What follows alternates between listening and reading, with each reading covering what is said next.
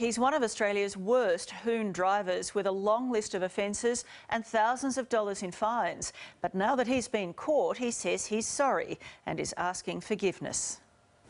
It just took me a long time to wake up to myself and accept it and be honest and say it. You are a Hoon. What do you have to say to that? I am, yes. He's the face of dangerous driving.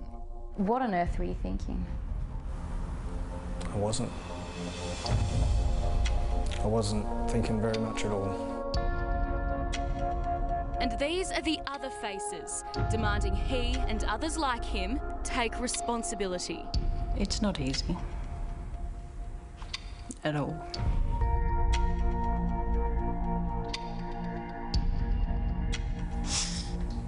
Not when you've got to turn their life support off.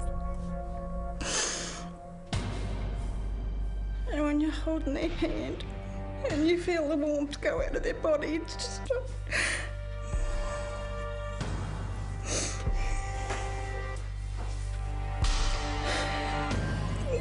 The Hoons just need to stop.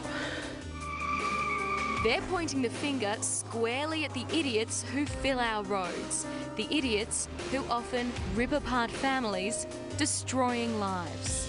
Such a shock and it's such an unnecessary loss.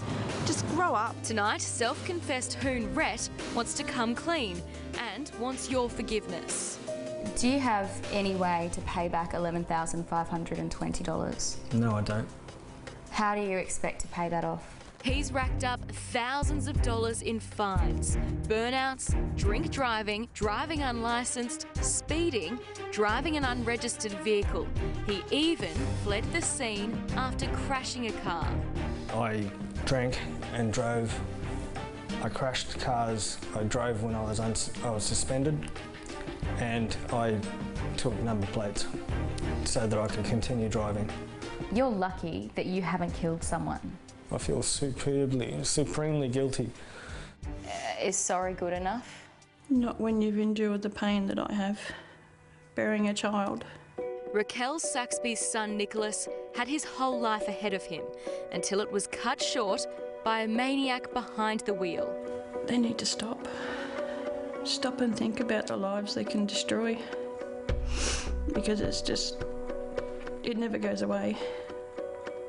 It's always there.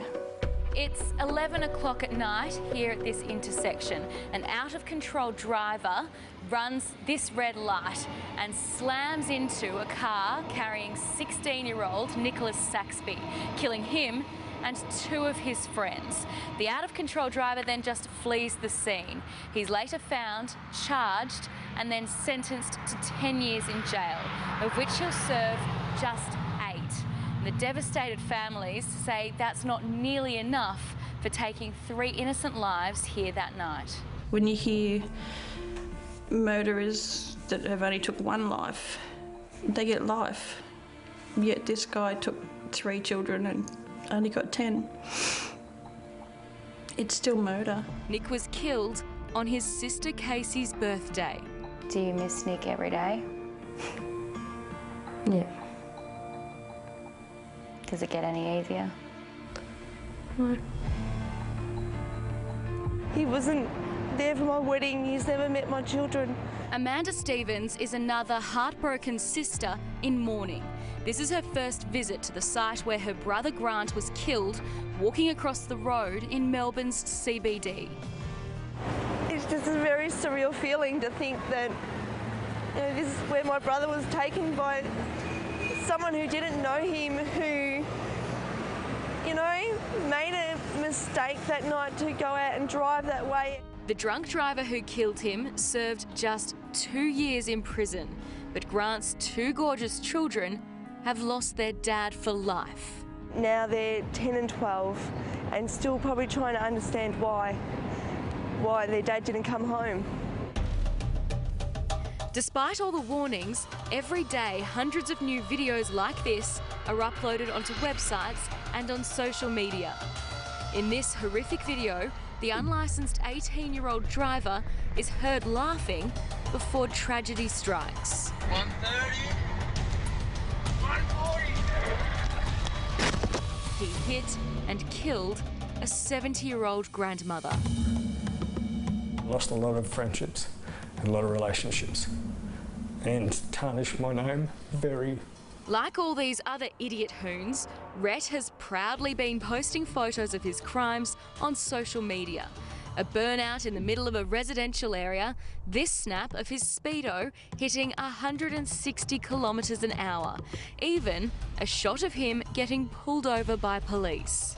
You were proud enough of that moment to post it as your profile picture. Yes, I was, because I was pretty impressed with that car. Lisa Markovic from Road Trauma Families Victoria has no time for Rhett's teary confession. It's taken that long for him to claim that he now knows that he's done the wrong thing, and I think that's only born of him feeling sorry for himself. Lisa's brother Daniel was killed by a drunk driver. He got out of jail early after receiving a maximum sentence of 8 years. All of those times that he's been caught, plus all of the times that he hasn't been caught, it's a miracle that no one, including himself, has been killed or injured. Rhett has lost his job, his house. Now he's lost his licence for 2.5 years, and his high-performance ute has been taken off him for good. These certain individuals who think that they can take the rights and liberties away from other people in the community have no longer any place to hide. Queensland now has the toughest anti-hooning legislation in the country. Between November last year and March this year, Police Minister Jack Dempsey says there have been over 21,000 offences under the new Hoon laws. Continue to go hard with the resources that we have, including more police on the beat and more helicopters in the sky than ever before. You get what you deserve. You want to act like an idiot, you get what you deserve. I deserve my fate. Whatever it is, I don't know. But I deserve it. Why should I believe you, and why should Australia believe you? I don't want people to feel sorry for me. I want people to learn from my mistakes.